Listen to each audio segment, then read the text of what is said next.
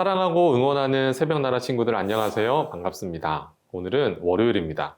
한 주의 시작을 하나님의 말씀 앞에 나아감으로 승리하며 나아가는 여러분들 되시기를 축복합니다. 자, 오늘의 큐티 제목은 하나님이 하십니다 입니다.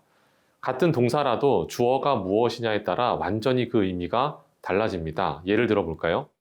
이재원 목사가 노래를 부릅니다와 아이유가 노래를 부릅니다는 달라도 너무 다르죠.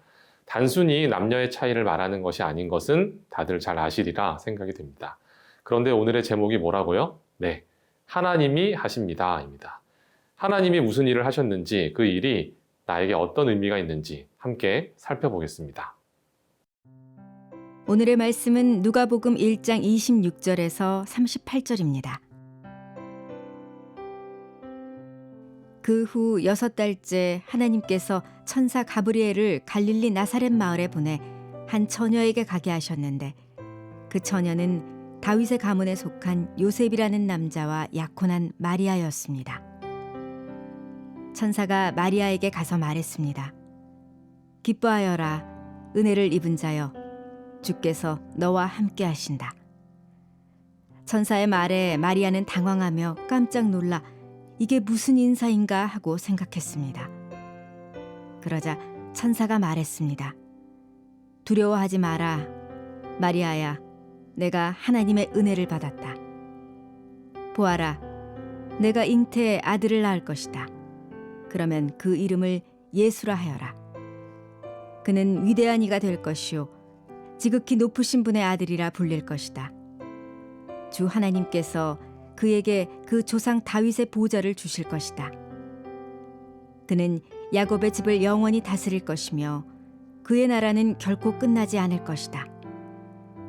마리아가 천사에게 물었습니다. 처녀인 제게 어떻게 이런 일이 있겠습니까? 천사가 대답했습니다. 성령께서 내게 임하실 것이며 지극히 높으신 분의 능력이 너를 감싸 주실 것이다. 그러므로 태어날 거룩한 아기는 하나님의 아들이라고 불릴 것이다.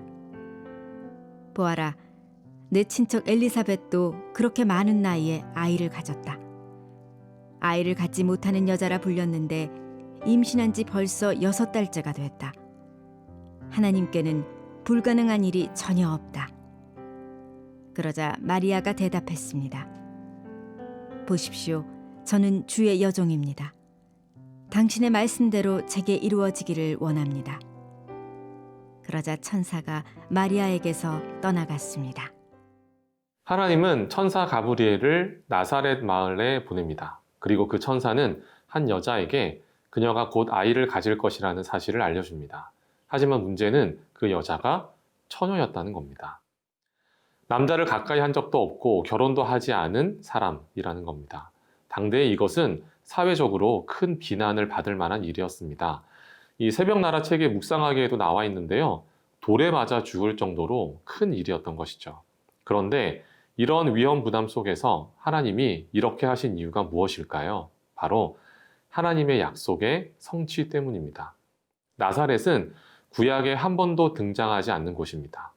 예수님께서 이 땅에 오실 때도 아주 척박한 시골이었죠.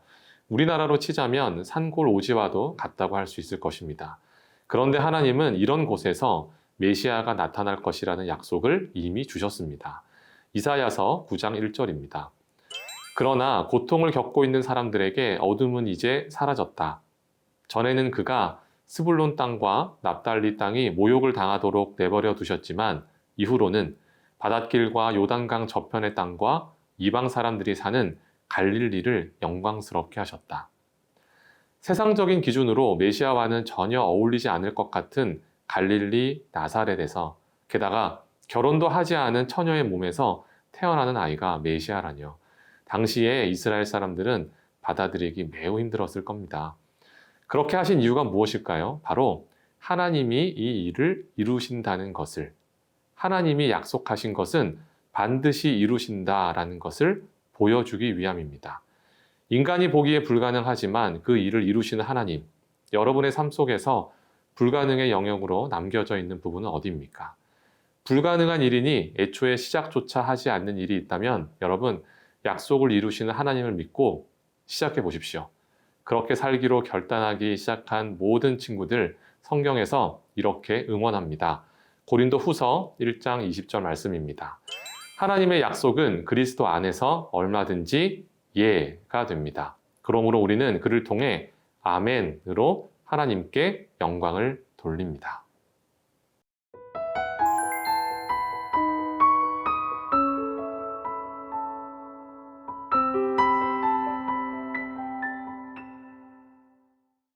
천사가 마리아를 부르는 첫 호칭을 살펴보죠. 28절에 나오는데요. 은혜를 입은 자여입니다. 은혜라는 말은 헬라어로 카리스입니다. 좋은 선물이라는 뜻을 갖고 있습니다. 즉, 좋은 선물을 받은 자여라는 거죠. 그런데 참 흥미롭습니다. 여러분이 마리아의 입장에 되어 보십시오. 결혼도 안 했는데 곧 아이를 가질 거랍니다. 이게 무슨 은혜예요? 제가 좀 전에 말씀드렸죠. 미혼 처녀가 아이를 갖는다는 건 돌에 맞아 죽을 정도로 큰 일이라고요. 세상적인 시각으로 바라볼 때 이것은 전혀 은혜로운 일이 아니었습니다. 물론 아이가 생기는 것은 놀라운 축복입니다. 그런데 여러분, 그 아들이 예수님이 나중에 어떤 삶을 살게 됩니까? 사람들에게 배척받습니다. 매를 맞고 채찍질을 당합니다. 게다가 당시에 가장 끔찍한 형벌이었던 십자가에 매달려 죽을 운명입니다. 그런 아들의 모습을 바라보는 엄마의 마음은 정말 말로 형용하기 어려울 정도일 겁니다. 그럼에도 불구하고 이것이 왜 은혜가 됩니까? 바로 하나님이 하시는 일에 동참하기 때문에 그렇습니다. 여러분이 받아들이기 참 힘들 수도 있는데요. 예수님을 믿는 성도에게 가장 큰 은혜는 하나님의 일하심에 동참하는 것인 줄로 믿습니다. 예수님을 믿으면 모든 것이 형통한다는 것, 공부도 잘 되고 돈도 잘 벌고 취직도 잘 되고, 이런 건 반쪽짜리 믿음입니다. 엄밀히 말하면 하나님의 은혜의 1000만분의 1도 제대로 이해 못한 표현입니다. 진정한 은혜는 이 땅에서의 삶이 고난으로 가득하고 눈물이 마를 날이 없다 할지라도 하나님이 내 삶에 소명을 주셨고 그 소명에 순종함으로 하나님의 일하심에 동참하는 것, 그게 은혜입니다. 베드로의 고백을 들어보세요. 베드로전서 4장 13절입니다. 오히려 여러분이 그리스도의 고난에 참여하게 된 것을 기뻐하십시오. 이는 그분의 영광이 나타날 때 여러분이 크게 기뻐하고 즐거워하게 하려는 것입니다. 베드로만 그랬을까요? 사도 바울도 같은 뜻으로 이렇게 말했습니다. 디모데전서 1장 12절입니다. 나는 내게 능력을 주신 그리스도 예수 우리 주께 감사드린다. 이는 주께서 나를 믿고 내게 직분을 맡겨주셨기 때문이다. 능력이 뭔가요? 무언가를 할 수 있는 힘이죠. 그렇다면 기독교인의 능력은 뭘까요? 내 힘으로 뭔가를 이뤄내는 것이 아니라 하나님의 일하심에 끝까지 동참하는 겁니다. 버티는 거예요. 이 땅에서의 삶이 고난과 눈물로 점철되더라도 하나님이 나를 부르셨기에, 하나님이 나에게 맡기셨기에, 하나님이 끝까지 이루실 것이기에 그 길을 하나님과 함께 묵묵히 걸어가는 겁니다. 그게 바로 진짜 은혜죠. 하나님의 일하심에 여러분의 인생을 내어 맡기십시오. 그 은혜를 맛보십시오. 그 기쁨으로 하루하루 살아가는 여러분들 되시기를 주님의 이름으로 축복합니다. 살아계신 하나님, 우리 세나 친구들 한 명 한 명을 통해 놀라운 일을 계획하고 계신 줄로 믿습니다. 하나님의 그 계획에 순종하며 동참할 수 있는 하나님의 귀한 자녀들 되게 하여 주옵소서. 예수님의 이름으로 기도합니다. 아멘.